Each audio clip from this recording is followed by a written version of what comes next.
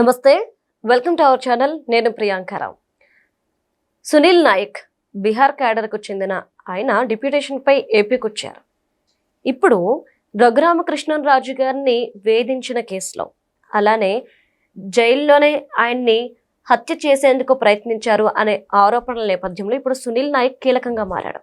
ఈయన్ని తీసుకురావడం కోసం ఏపీ పోలీసులు బీహార్కి వెళ్ళినప్పుడు ఆంధ్రుడు సినిమాని తలపించిన సిచ్యువేషన్స్ కనిపించాయి. మరి ఈ నేపథ్యంలో ఆయన పెడుతున్న పోస్టులను చూస్తే ఒక విధంగా బెదిరింపులు అనుకోవాలా, ఏమనుకోవాలో ఎవరికి తెలియట్లేదు.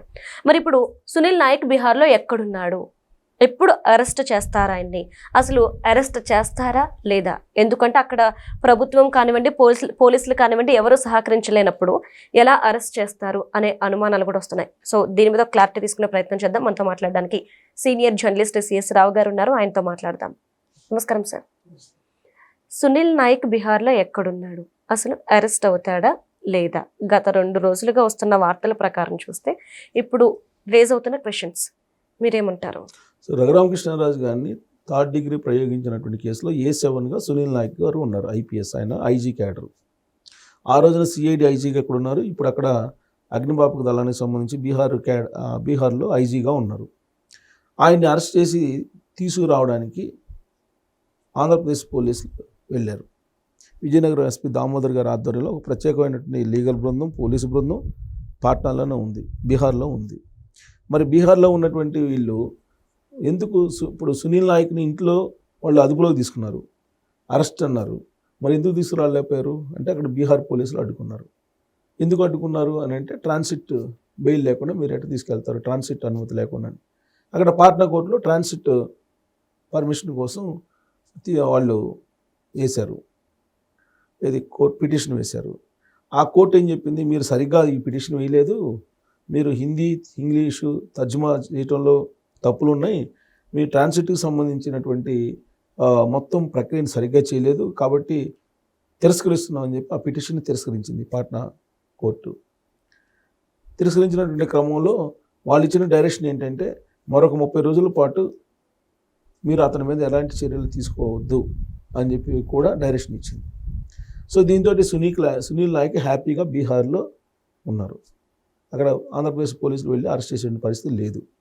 అయితే మరి ఎందుకు ఒక్కసారిగా ఆయన అజ్ఞాతంలోకి వెళ్ళిపోయారు, ఫోన్ స్విచ్ ఆఫ్ చేసుకున్నారు అనేది పెద్ద ప్రశ్న. ఇప్పుడు లేటెస్ట్గా ఇప్పుడు ఆయన బీహార్లో ఉన్నారు. బీహార్ కోర్టు, పాట్నా కోర్టు ఆయన 30 రోజుల పాటు ఆయన మీద ఎలాంటి చర్యలు తీసుకోవద్దు అని చెప్పి డైరెక్షన్ ఇచ్చింది. ట్రాన్సిట్ బెయిల్కి సంబంధించి ట్రాన్సిట్కి సంబంధించినటువంటి పేపర్స్ సరిగ్గా లేవని చెప్పింది.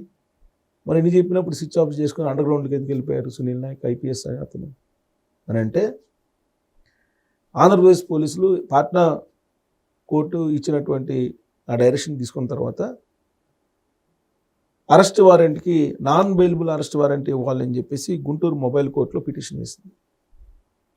సునీల్ నాయక్ని అరెస్ట్ చేసేందుకు పర్మిషన్ ఇవ్వండి, అరెస్ట్ వారెంట్ జారీ చేయండి అని చెప్పి, ప్లస్ నాన్ బెయిలబుల్ వారెంట్ని ఇష్యూ చేయండి అని చెప్పి అడిగింది. ఈ కేసులో ఆయన A7గా ఉన్నారు, ఆయన తీసుకొచ్చి విచారిస్తేనే ఈ కేసు విచారణ ముందుకు సాగుతుంది అనేటువంటి ఉద్దేశంతో పిటిషన్ వేశారు. పిటిషన్ మీద వాద ప్రతివాదనలు జరిగాయి. ఇంకా తీర్పు రాలేదు. ఇవాళ ఇంకా మనం ఈ వీడియో చేసే టైంకి ఇంకా పూర్తి స్థాయిలో డైరెక్షన్ రాలేదు. నాన్ బెయిలబుల్ వారెంట్ ఇచ్చేదానికి అవకాశాలు ఉన్నాయి. నాన్ బెయిలబుల్ వారెంట్ ఇస్తే ఈ వారెంట్ని తీసుకెళ్ళి ఆయన అరెస్ట్ చేసే అవకాశం ఉంది. అంటే అరెస్ట్ చేసేంతవరకు ఓకే. ఈ లోపు ఆయన తన కాస్ట్ని ఒక కార్డ్గా యూస్ చేస్తున్నారు. సో నేను ఈ కాస్ట్ కాబట్టే నా మీద ఇలాంటి ఆరోపణలు చేస్తున్నారు, కేసులు పెట్టారా? రఘురామకృష్ణరాజు గారికి సంబంధించిన ఆడియో రికార్డ్స్ నా దగ్గర ఉన్నాయి. సో నన్ను జగన్ పేరు తర్వాత ఇంకొకరి పేరు చెప్పాలని చెప్పేసి బెదిరింపులకు గురి చేస్తున్నారు అంటూ ఆయన ఒక స్టేట్మెంట్ పాస్ చేసేసారు తన సోషల్ మీడియా అకౌంట్లో. మరి దీనికి ఏమంటారు? ఇప్పుడు ఆయన దగ్గర ఆధారాలు ఉన్నాయన్నారు. ఎవరైతే ఉన్నారో బాధితుడు, ఆ బాధితుడు నాతో మాట్లాడారు, నా దగ్గర వీడియోస్ ఉన్నాయి అన్నారు. నువ్వు ప్రొడ్యూస్ అరెస్ట్ అయిన తర్వాత నువ్వు ప్రొడ్యూస్, ఐపీఎస్ కదా ఆయనకి చట్టం తెలుసు, రాజ్యాంగం తెలుసు. మరి అరెస్ట్ అయ్యి పోలీసులు విచారణలో ఇదిగో బాధితుడు ఈ విధంగా నాతో మాట్లాడారు అని చెప్పేసి నువ్వు ప్రొడ్యూస్ చేయి, కేసు తేలిపోతుంది కదా. కేసు అసలు ఉండదు కదా ఆయన మీద. ఇప్పుడు ఆల్రెడీ ఆ కేసుకు సంబంధించి చాలా విచారణ జరిగింది.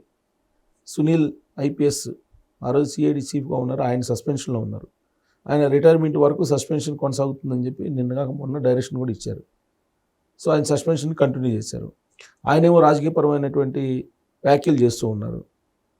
దళిత్ కాపు కాంబినేషన్లో సీఎం కావాలి ఆంధ్రప్రదేశ్కి అని చెప్పి ఆయన ఒక డైరెక్షన్ ఇచ్చి ఆ ప్రచారంలో ఆయన ఉన్నారు. ప్లస్ కాపుల్ని మొబిలైజ్ చేయడానికి, దళితుల్ని కలపడానికి ఏదో ఆయన ప్రయత్నాలు ఆయన చేస్తూ ఉన్నారు. ఎవరి డైరెక్షన్లో చేస్తున్నారు ఏంటి అనేది అందరికీ తెలుసు, ప్రత్యేకంగా చెప్పుకోవసరం లేదు. విజయపాల్ అనేటువంటి ఏఎస్పీని అరెస్ట్ చేశారు.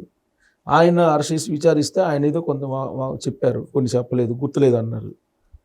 సో ఇలా ఆ కేసులో ఉన్నటువంటి వాళ్ళందరినీ ఆల్మోస్ట్ కొంతమందిని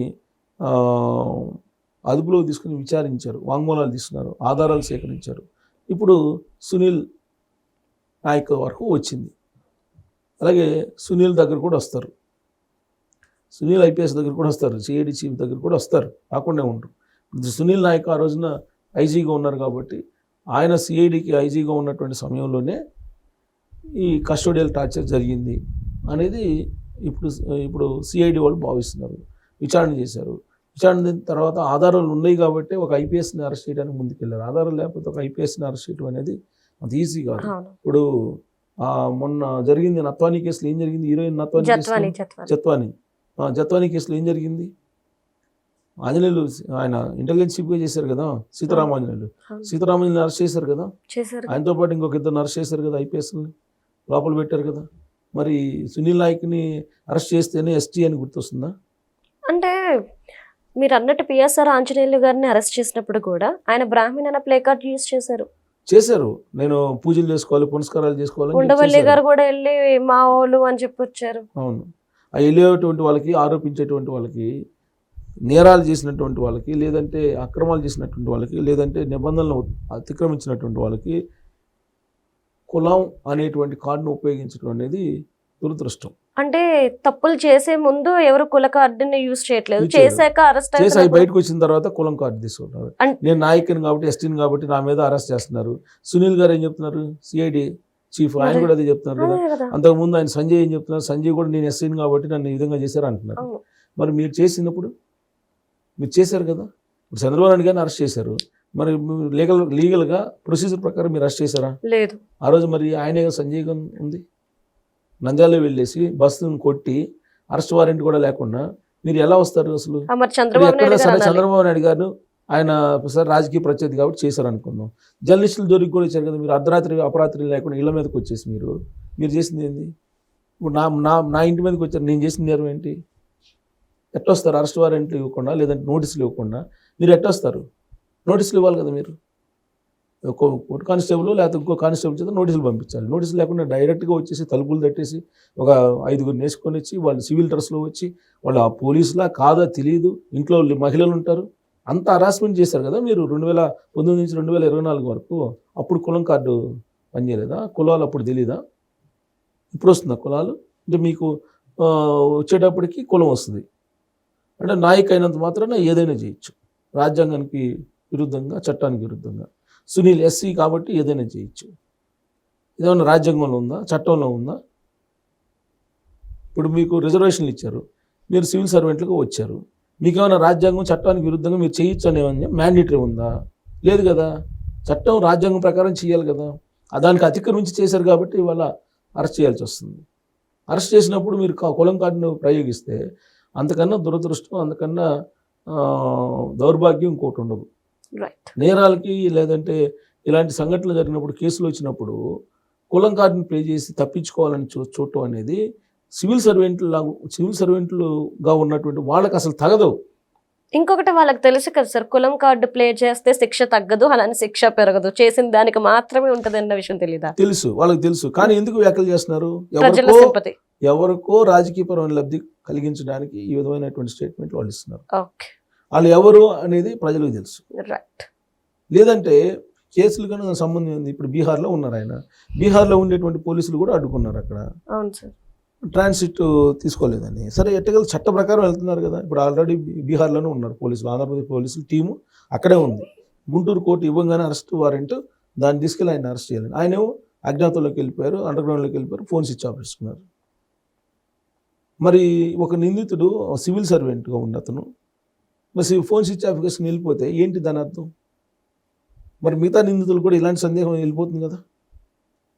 సివిల్ సర్వెంట్ ఒక ఆరోపణ వచ్చినప్పుడు నువ్వు అరెస్ట్ వారెంట్ వచ్చిందా లేదా నోటీస్ వచ్చిందా దాన్ని తీసుకోవాలి, దానికి రిప్లై ఇవ్వాలి.